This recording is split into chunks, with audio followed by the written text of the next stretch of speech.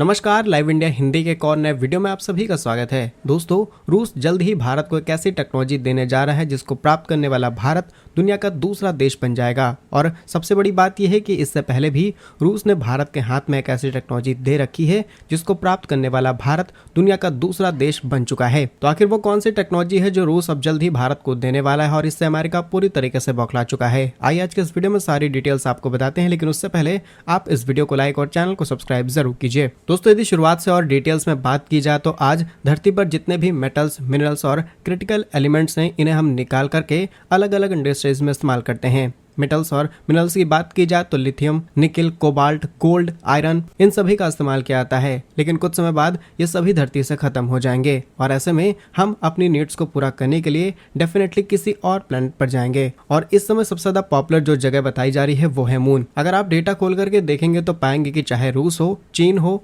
Japan या फिर America, ये सभी चांद पर जा रहे हैं ताकि वहां पर मिलने वाले जो भी इंपॉर्टेंट मेटल्स एंड मिनरल्स हैं उनको किस तरीके से धरती पर लाया जाए, इस पर वो काम कर सकें। और कुछ ऐसे मेटल्स और मिनरल्स हैं जिनसे एडवांस डिफेंस वेपन्स भी तैयार किए जा सकते हैं। बट लकीली रशिया भारत का दोस्त है और रशिया इस काम में भी बहुत ज्यादा आगे निकल चुका है। रशिया ने कुछ समय पहले ही अपना मून प्रोजेक्ट लॉन्च किया था जिसमें वो मून के ऊपर माइनिंग करने वाले हैं। वहां से इंपॉर्टेंट मेटल्स और मिनरल्स वो धरती पर लेकर के आएंगे और उनका अलग अलग इंडस्ट्रीज में इस्तेमाल किया जाएगा। और अब खबर सामने निकल के आई है कि भारत और चीन वो दो देश हैं जो रशिया के साथ मिलकर के इस प्रोजेक्ट में काम करने जा रहे हैं और रशिया भारत को ये टेक्नोलॉजी भी देने पर विचार कर रहा है। अगर बड़े फायदों की बात की जाए तो रिसर्च के अकॉर्डिंग आज भी चांद के ऊपर iron, silicon, magnesium, calcium, aluminium, manganese, titanium, carbon और तमाम तरीके के मेटल्स एंड मिनरल्स पाए जाते हैं। और इसमें सबसे ज्यादा लार्ज अमाउंट में पाया जाता है हीलियम। और ये एक तरीके का ऐसा मटेरियल है जिससे आप कह सकते हैं कि लॉन्ग टर्म तक इसका इस्तेमाल करते हुए बिजली बनाई जा सकती है। आज न्यूक्लियर पावर प्लांट्स के अंदर जिस तरीके से यूरेनियम का इस्तेमाल होता है, ठीक उसी तरीके से इस हीलियम का इस्तेमाल किया जा सकता है। लेकिन अच्छी बात यह है कि जिस कैटेगरी का हीलियम चांद के ऊपर पाया जाता है वो धरती पर मिलने वाले यूरेनियम की तुलना में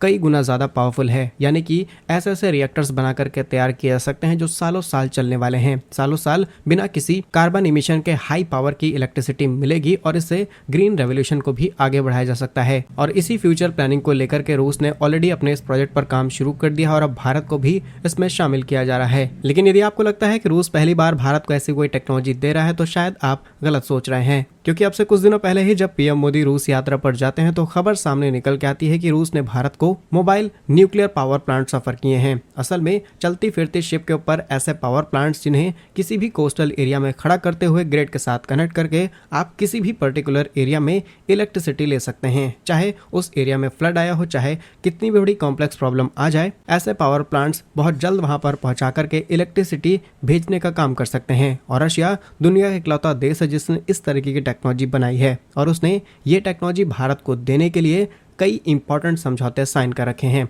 और अब मून से आने वाले मेटल्स और मिनरल्स के लिए भी भारत, रूस, चीन साथ में काम करने वाले हैं। फिलहाल हम अगर चीन को यहाँ पर से निकाल भी तो रूस भारत का सालों पुराना दोस्त है और इस प्रोजेक्ट में शायद कोई दिक्कत ना आए। बाकी रूस के इस ऑफर पर आप क्या सोचते हैं, कमेंट्स में जरूर बताइए। आपको वीडियो अच्छा लगा है तो लाइक और चैनल को सब्सक्राइब जरूर कीजिए। पूरा वीडियो देखने के लिए धन्यवाद। जय हिंद।